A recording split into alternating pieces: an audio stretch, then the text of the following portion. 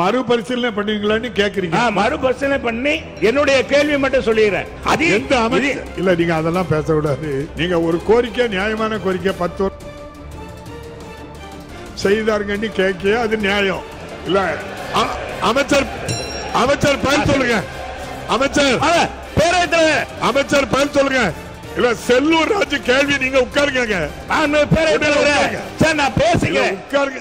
மாண்பு உறுப்பினர் செல்லூர் ராஜு அவர்கள். மாண்பு பேரவைத் அவர்களே, மதுரை மேற்கு தொகுதியில் ஏதோ ஒரு கல்லூரியும் இல்லை. 1962 தான் மதுரையில் ஒரு அரசு கல்லூரி மகளிருக்காக மீனாட்சி அரசு கல்லூரி துவங்கப்பட்டது. அதற்கடுத்து இதுவரை எந்த பகுதியிலும் தொடங்கவில்லை. இன்னைக்கு 17 லட்சம் மக்கள் வாழ்கிற மதுரையில் ஏற்கனவே 2021 இதே கேள்வியை நான் இங்கே உயர்கல்வித்துறை அமைச்சராக மாண்புமிகு அமைச்சர் அவர்கள் இருக்கும்பொழுது, பொன்முடி அவர்கள் இருக்கும்போது இதே கேள்வியை கேட்டேன். உறுதியாக அந்த கல்லூரி அமைத்து கொடுக்கப்படும் என்று சொல்லியிருந்தார். ஆனால் மாண்புமிகு அமைச்சர் அவர்கள் இன்றைக்கு பல தகவலை சொல்லியிருக்கார். ஆனால் அதெல்லாம் அரசு சுய உதவி பெறும் கல்லூரிகள், அங்கெல்லாம் கட்டணம் கூடுதல். அதே நேரத்தில் காமராஜர் பல்கலைக்கழக உறுப்பு கல்லூரி இருக்குன்னா அங்கேயும் கட்டணம் கூடுதல். அங்க பயிற்சி வைக்கிறதுக்கு ஆசிரியர்கள் இல்லை. அந்த கல்லூரியை அரசு கல்லூரியாக சொல்லி முடிச்சுக்கிறேன், அரசு கல்லூரியாக மாற்றி கொடுக்கப்படும் என்று சொன்னார்கள். அதுவும் இதுவரை நிறைவேற்றப்படவில்லை என்பதை ஆசிரியர் பற்றாக்குறை இருக்கிறது.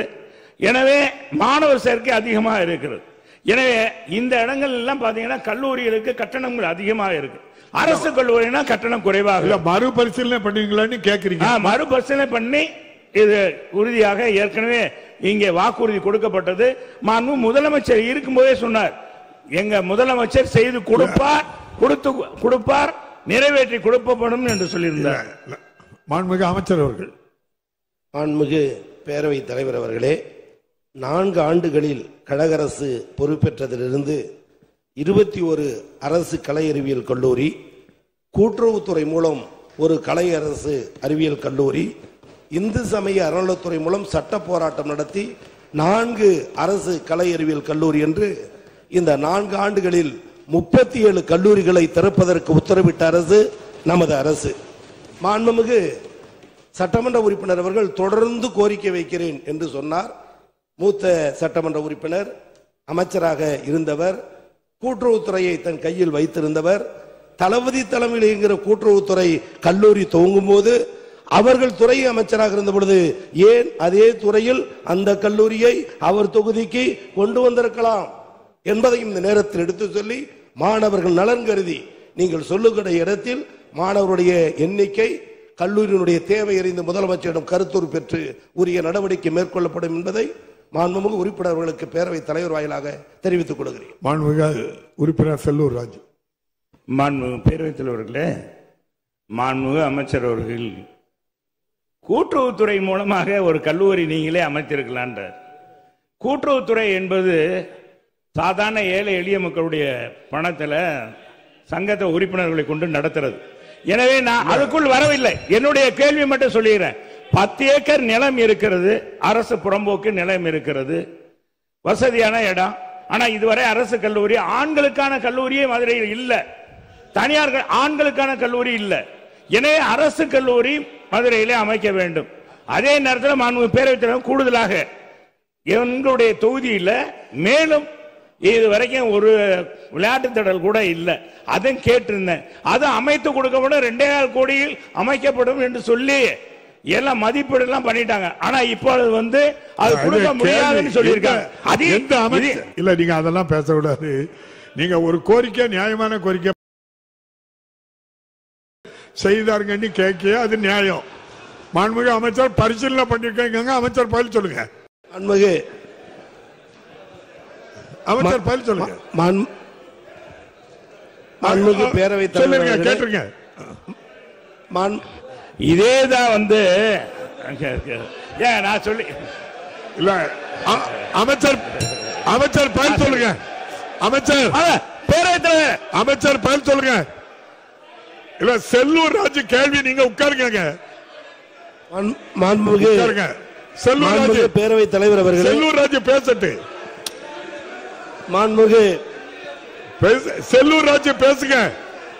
மாண்புமிகு பேரவைத் தலைவர்களே உட்காருங்க சொல்றேன்.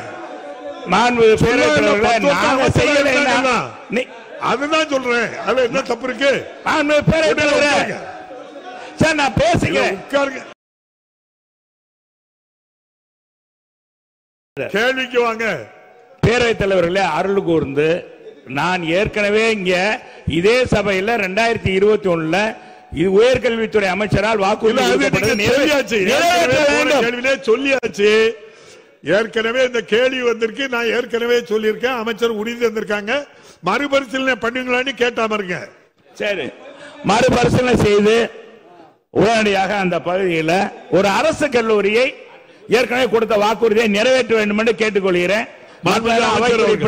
நீக்கிறங்க செய்யறேன் என்றுதானே உங்க அமைச்சருக்காக மாண்புமிகு பேரவைத் தலைவர் அவர்களே, மாண்புமிகு பேரவைத் தலைவர்களே, கடந்த காலத்தில் 19 கல்லூரிகளை அமைத்து தந்தீர்கள்.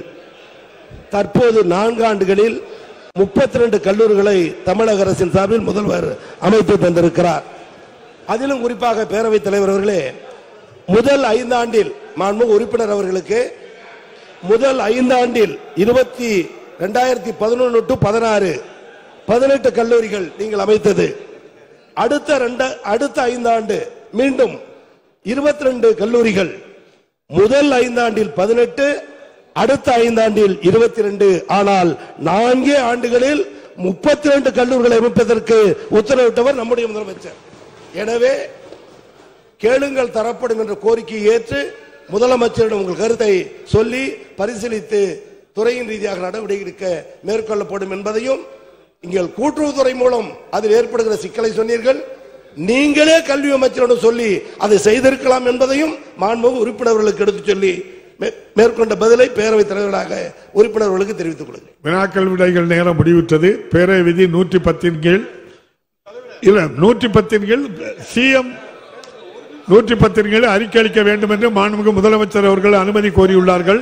அனுமதி அளிக்கப்படுகிறது. மாண்புமிகு முதலமைச்சர் 110 விதினா அதுக்கு பிறகு முதல்ல உட்காருங்க.